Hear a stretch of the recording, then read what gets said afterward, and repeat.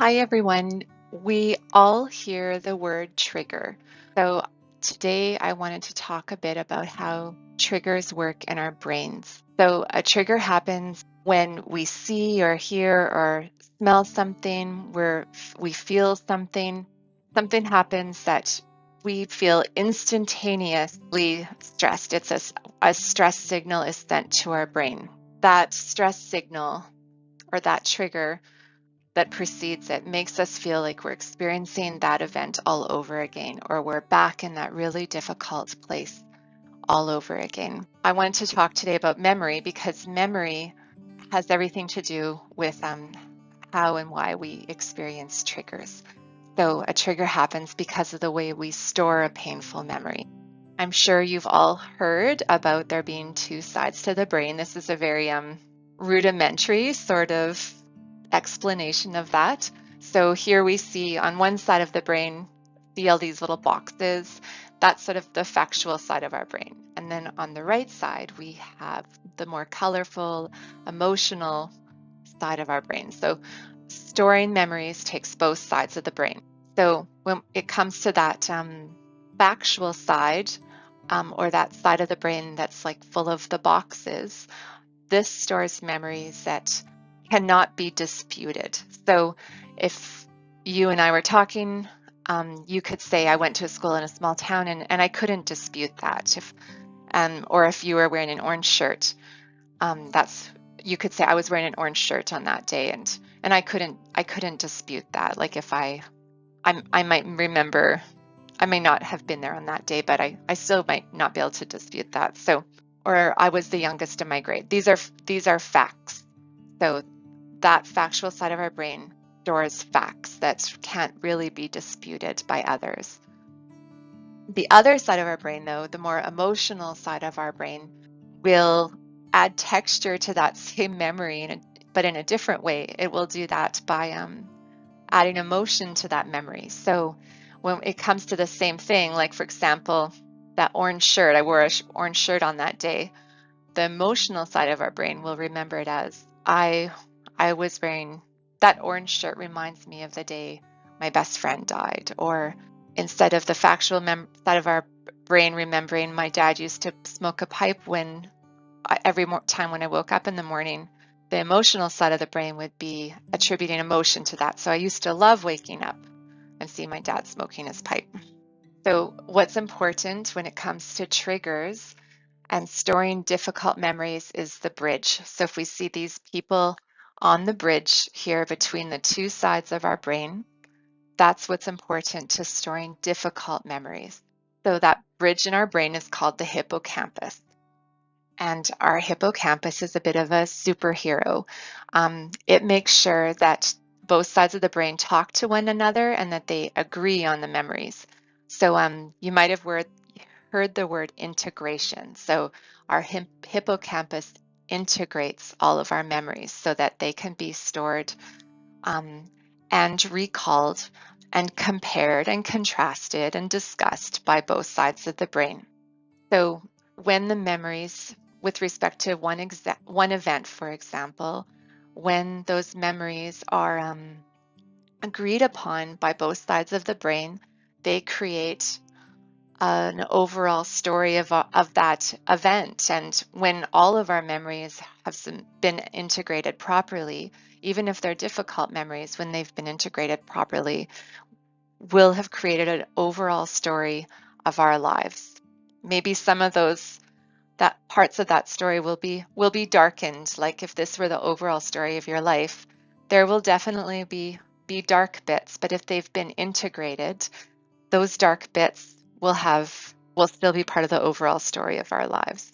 And they'll have been reflected on and processed and so on. But sometimes we experience something that we don't want to address at all. We don't want to face. Sometimes our memories are so painful that we bury them.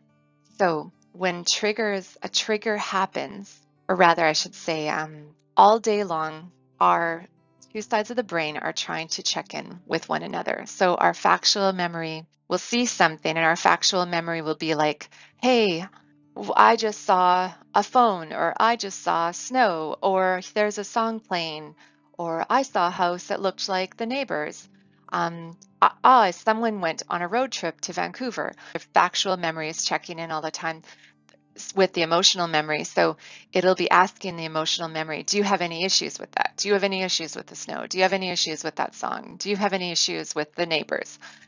So if we've buried a memory that has to do with any of those things, then that buried memory can be triggered.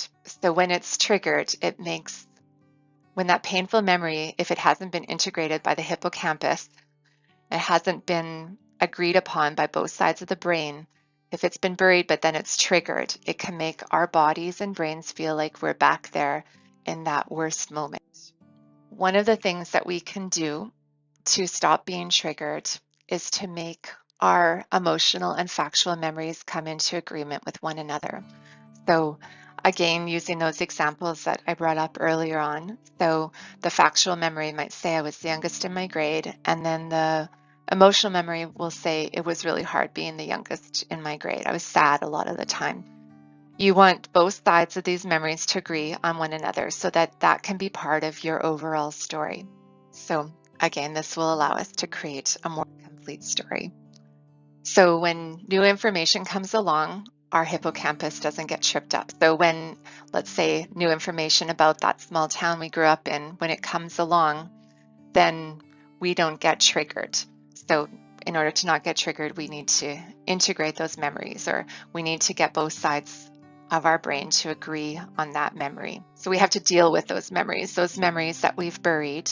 We need to deal with them, and we don't need to deal with them all at one time. That's healthy. If you were to imagine a big balloon, if all of our difficult memories were in a big balloon and we filled that big balloon up with air, if we let all the air out of that big balloon at one time, we wouldn't be able to control it. It would fly all over the room. So we don't want to talk about all our difficult memories at one time. We just want to eke out a little bit of that air at a time out of that balloon so that we just deal with one little bit of the memory at a time as we're ready. So one way that we can do that, of course, is to talk to friends, to journal. We can go to a therapist, but we want to process or talk about or reflect on that memory bit by bit as we feel comfortable. So there's other ways of dealing with triggers too. That's not exclusively what we're talking about today. The other way is to sort of identify patterns so we know when we're being triggered or what might trigger us, and then find ways to calm our body. So maybe that's looking at a sunset, or it's a breathing exercise that we do, or meditation, or maybe we want to take note of, like, do a bit of a body scan. My feet are on the ground, my hands touching my desk, and so on. We want to really notice what's happening in our body, but we don't want to avoid things. When we start avoiding things, that's when we know we need to sort of check in with our body and try and bring ourselves into the present again. And we want to talk about it a bit so that we can get those two sides of our memories to agree with one another. So I really liked this quote: as our difficult memories are slowly brought into consciousness, they become integrated and thus part of our larger story, allowing us to reflect on traumatic experiences in ways that acknowledge our hurt, but also how the experience has shaped us. So like I said earlier, as we get the two sides of our brains to agree on the memory, we can create an overall story. And some of the parts of that story will be dark. Some of our story will have a shadow over them, but we'll have reflected on them, and maybe we'll have been able to bring some meaning into them, maybe not, but we can